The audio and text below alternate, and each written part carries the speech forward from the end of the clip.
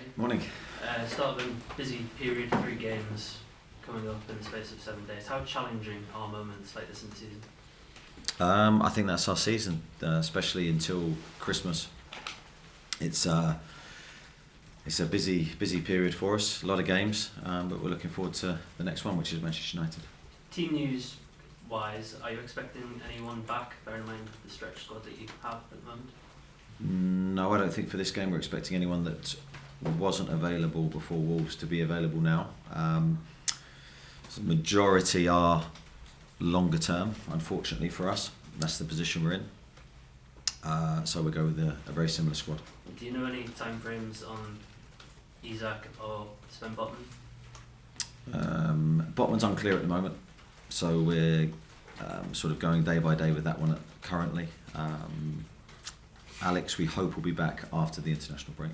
On the game tomorrow then, Manchester United suffered a defeat the weekend in a derby match. Is it a good time to be playing them?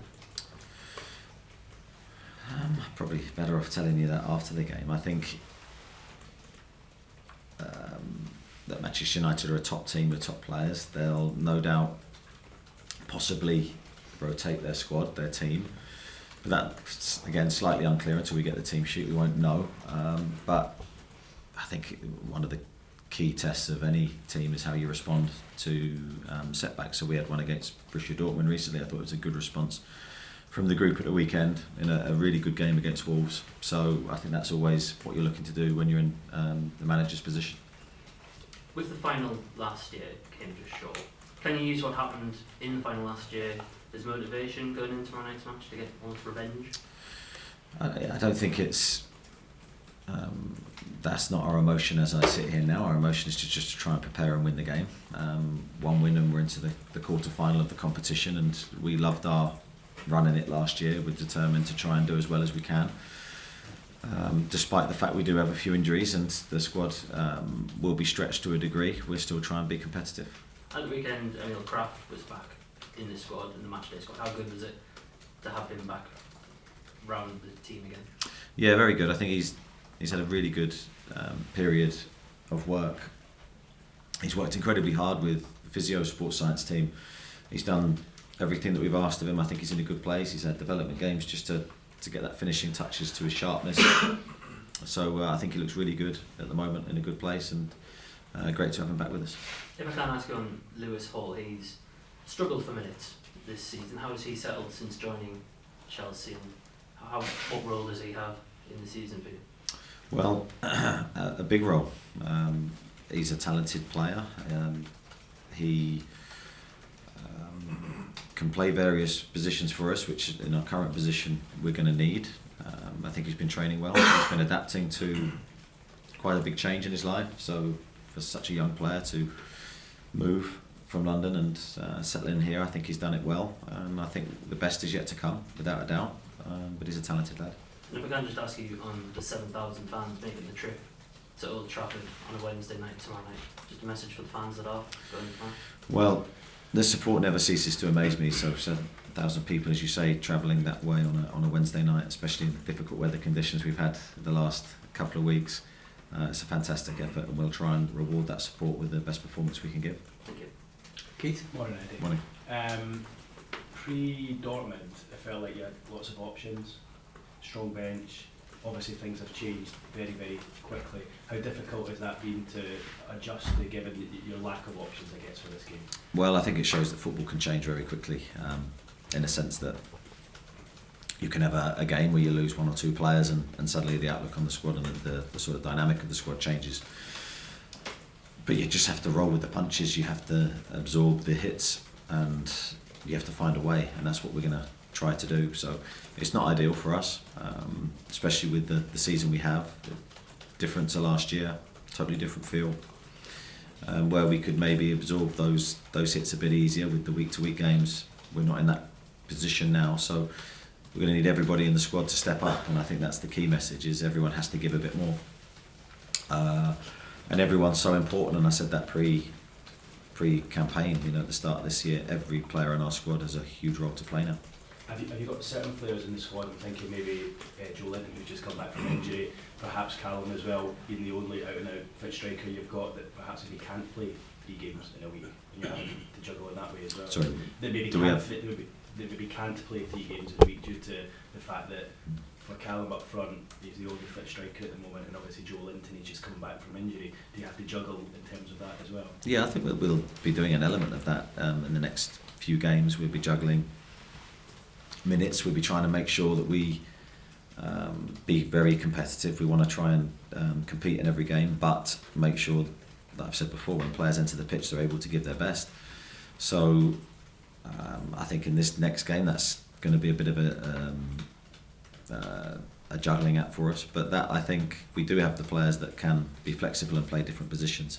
That's one of the strengths of our squad, so we're certainly going to utilise that. You have been pleased the last couple of weeks to have Joe Willock back in amongst the lads and coming off the bench. Is he at a stage where he's ready to start a game yet? Yeah, I think he's getting closer. I think the 2 sub appearances has been really good for him. I think he's done really well. He's a huge player for us, as I've said previously, and Joe Linton now is beginning to find his rhythm again after his period of time out. So there are positives in amongst the couple of negatives we've had, and I think you're always going to have that during the season that we're currently facing, where the risk of injuries is of course higher with the amount of games we have, but that's where the power of the group has to show, and as I say, everyone has to step up and give more. It almost feels a little bit similar as it was going into the final back in February, when obviously you had the issue with the goalkeeper and you had injuries as well. It's amazing that it's kind of cropped up again. But I think it always will, unfortunately, because as I said, with the games that we have this year, and you look at the physical exertions that the players gave against Dortmund, they gave against Wolves, they were tough games physically. Players gave a lot in those matches, and as a consequence of that, you are going to pick up 1 or 2 injuries. I think that the Jacob injury is hugely frustrating, because that's a sort of a strange injury that you don't normally see. It's the same with Harvey, very, very bizarre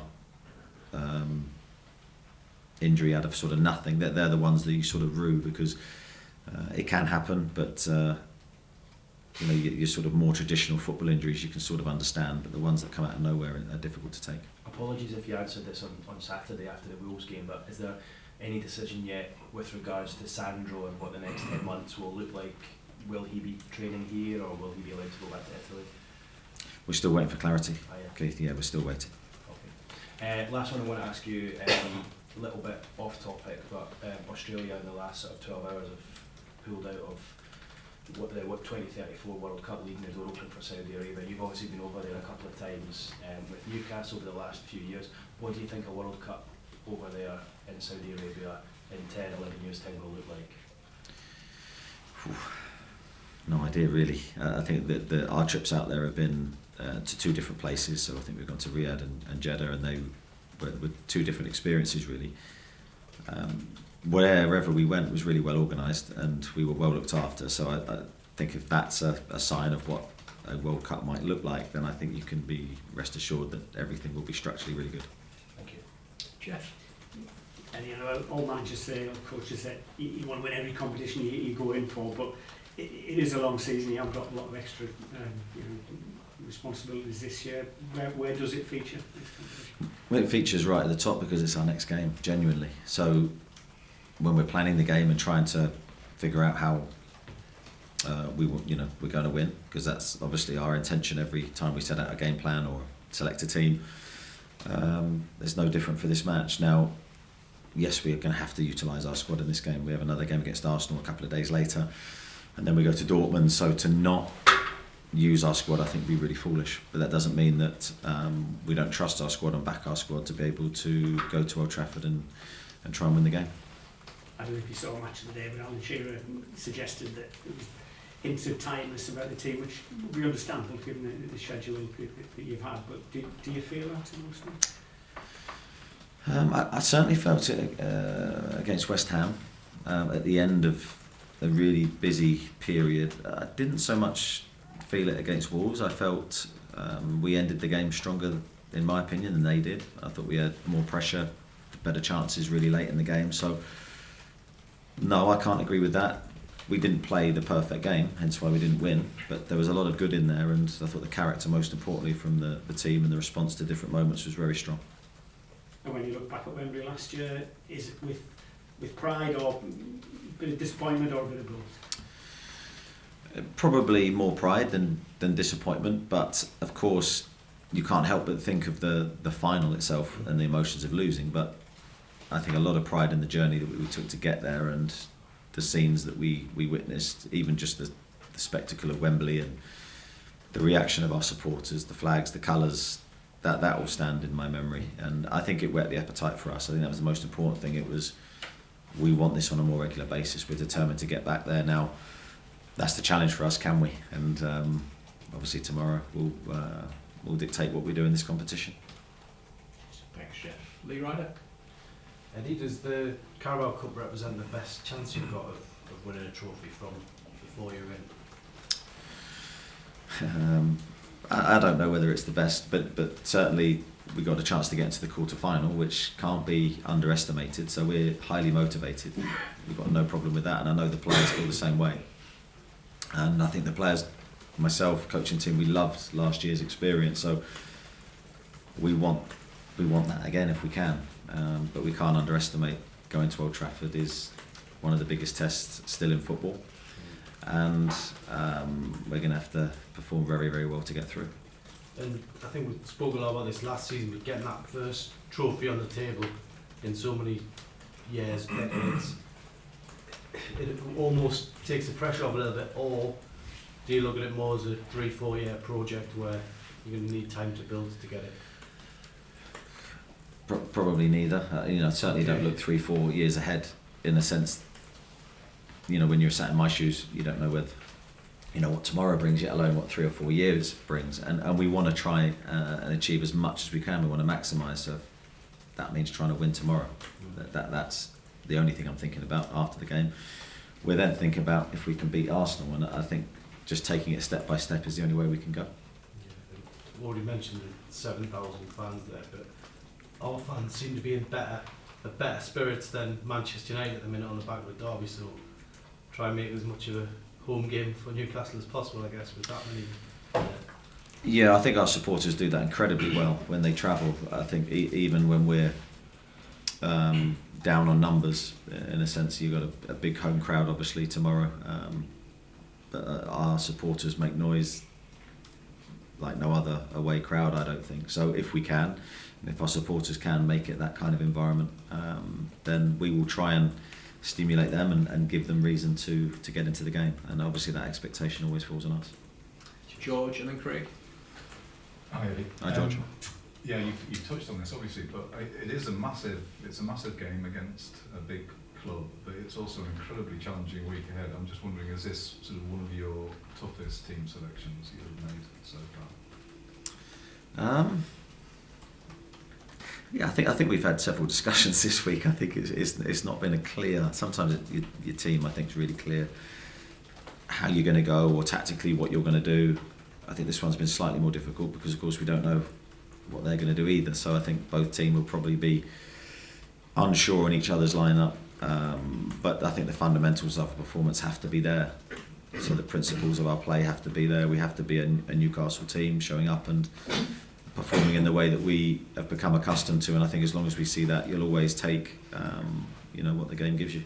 And this, in the last 2 or 3 games, this has very much been last season's Newcastle. Not that there's anything wrong with last season's Newcastle, but it's asking a lot of this team and their squad, isn't it, to compete on all fronts? Yeah, it is, but that's what we have to do. We have no other choice. You can have difficult moments where you lose. Losing Harvey and Sandro, 2 players that we recruited, that's tough. But what can you do about it? In this moment now, we have no control over that, so we have to make the best of the situation. And finally, we saw your very strong comments in the dressing room before the league match at home to Manchester United. Is this a genuine rivalry between the 2 clubs? Is there a needle in this fixture? Certainly not from our side, as in we're looking at it independently. We will always respect our opponent, we respect Manchester United, but when the game kicks off, we're determined to try and win. Craig? Morning, Eddie. The situation with Callum and Alexander, is that something you thought about on the eve of the season, discussions you had during the transfer window, that if one got injured, particularly if it was going to be Alex, the load would be left, on Callum, someone who probably can't play 3 games in a week. Was that something you spoke about, and where are you at with that now? Will we see a non-striker playing striker perhaps between now and the international break? Well, that was one of the reasons for signing Anthony, who can play as a centre forward. So he played in the summer for England in the Euros and did a great job. So for me, and there's other players, as I said before, Harvey can play up there. Now we don't have Harvey. And Joe Linton was signed as a centre forward. Now we have moved his position. So we do have players within the squad. The trouble is, you're sort of alluding to recruiting a third striker. I mean, we just didn't have the resources to do that. So you can only go with what the information you have at the time. You can't, as much as you can have a crystal ball and try and predict what may happen. Of course, that's part of our jobs as well. You only have a certain amount of resources. You have to make the decisions that you're faced with at the time. Can I just ask, on the side road, where is he and what's he doing at the moment? He's here. He's not trained with the group yet because we're still awaiting that clarity. He's in Newcastle. Yeah. And on Sven Botman, you said that they want a return date. Is that no return date, as in you don't know when he's going to be back because there's an issue there? Just can you clarify that? Yeah, there's an issue there, and we're sort of working through various options to try and diagnose the injury properly. So he falls in the longer term category now, perhaps? Yeah, perhaps. As I say, we're still waiting clarity on sort of what is happening with his situation. Thank you. Okay, Jordan, then Joe. Just on injuries, is Jacob Murphy definitely undergoing shoulder surgery? No, he's not definitely. That's something, again, we're talking about with our medical team to see what the next step is for him. And just back to Lewis and Tino, obviously I don't think the players as many minutes as they would have liked, but because of strong competition in their places. But what does each player have to do specifically to start games regularly and so on? Well, when they get an opportunity, they have to take it. That really is their only way of approaching the position that they're in. And I think Tino, when you look back to the Manchester City game, I thought he was outstanding, and he's come on in a couple of games recently, and again I think he's done well. So yeah, he's a player that we really like, and it's the same for Lewis. When you get a moment, now he started the Manchester City game, and it was a difficult first half for us. We made some tactical changes at half time, but when he gets an opportunity, he has to take it and play well. And Emil Kraft was mentioned earlier. Is he a player that is in a position to actually to start games when given sort of the opportunity? Yeah, I think he's getting closer. Yeah, he's definitely getting closer. I think the 21s games he did well in from a physical perspective, because that's obviously what we're looking for after a long layoff, and yeah, he's put himself in a good position. And just another one as well, Javi Manquillo, is he fit and available? Just going to the bench the last few games. Got a groin problem. Okay, Joe. Hi Eddie, you touched on there about Lewis and Tino. How big of an opportunity is this, not just for them two, but for a lot of the squad members to impress and maybe force their way in the old plans with obviously busy fixture schedule and then Christmas coming up as well? Yeah, absolutely. I think, when you're not playing, of course we will have players that are frustrated because every player wants to play. I've said that. I'm under no illusions that everyone's will is to be on that starting team sheet, and all you can do is when you get your opportunity is take it and play as well as you can, and make me think and make me doubt what my next team selection should be, and try and force your way in, and that's the only way. I have to train well, of course, and I get to see that every day, and I make assumptions and decisions on training, but then of course these are big opportunities if we do rotate the team. And there is a potential for a penalty shootout. Newcastle haven't got the best records in the past. Obviously you won one last year against Crystal Palace. Have you been practicing? Are you someone that wants your team to practice the penalty shootout potential outcome? Yeah, we certainly have players that practice penalties on a regular basis. We would have a core, probably 6-7 penalty takers that enjoy taking penalties, enjoy the challenge with the goalkeepers. I think we have some very good penalty takers as well within the squad, and maybe some that are maybe a little bit more reluctant, as I was as a player. But certainly when the pressure's on, it's very, very different to practicing them in training. I have to say that the guys that have taken penalties for us now for a long period of time, I think have done a really good job. Dave, then Louise. Hi. Obviously United have been a bit up and down this season, down at the minute, so is playing a wounded United easier or harder, do you think? Yeah, it's difficult for me to comment on how United feel. I think they've got some very good results lately. You know, they've won some games late, so I think they've shown some real character and spirit in those difficult moments to come through those challenges. I think whenever you play Manchester City, as we know, they're very, very difficult games. So I think when you go into a cup tie, I think to a degree you leave that form behind. This is a one-off game, and I'm sure both teams are motivated to try and win. There's a lot of speculation, maybe not on Erik ten Hag's position as such, but there was a lot said after the defeat. Do you sort of sympathise with that at all? I've not seen anything, so it's difficult for me to comment on that. Louise? Hi, Heidi, is there a temptation to kind of rip things up and say, try a back three again and just try and sort of work out plan Bs and Cs for the future, the sort of balance between trying to win and using it as a high level dress rehearsal in a sense? Yeah, no, I get the question. I think, of course, we have to get that balance right between changing for changing's sake, or sticking with what we know, so the players have the best platform to try and perform, because we train and prepare in a certain way regularly. So I think there's a balance. I think that there's certainly been discussions about what we do, and let's wait and see what we come up with. And is Erik ten Hag somebody you've had dealings with in the past, say at coaching courses and conferences and all that kind of thing? No, I don't believe we've mixed. Okay. Kieran? Eddie, after those comments by Erik ten Hag, do you think your team kind of answered them, you know, with ball and play, being annoying, slowing the game down? Do you think you've almost proven those comments wrong? I don't know. It's not been our intention. Our intention has just been to play the game as we feel it should be played, and you know, we feel we're a high energy, high tempo team. We want the ball in play. We want quick games. We want to try and entertain. So there's no part of us that goes into the game sort of in a negative frame of mind. Game management a lot was made of our game management last year, and I felt it was falsely reported. Now the stats may say something slightly different, but I think if you watched us play, I think you'd have seen a different style to the one that was painted in certain areas of the media. So we will just play the game as we see, and we're not trying to make any points or prove anything. It's just we're trying to win the game. I think Newcastle maybe have one win since the 70s at Old Trafford. For whoever comes in, is this a chance to make history? Yeah, that's not a great record, and certainly a motivation for us. You know, can we improve on that? Can we be part of a team that wins at Old Trafford for the first in a long time? That's got to be part of our psyche.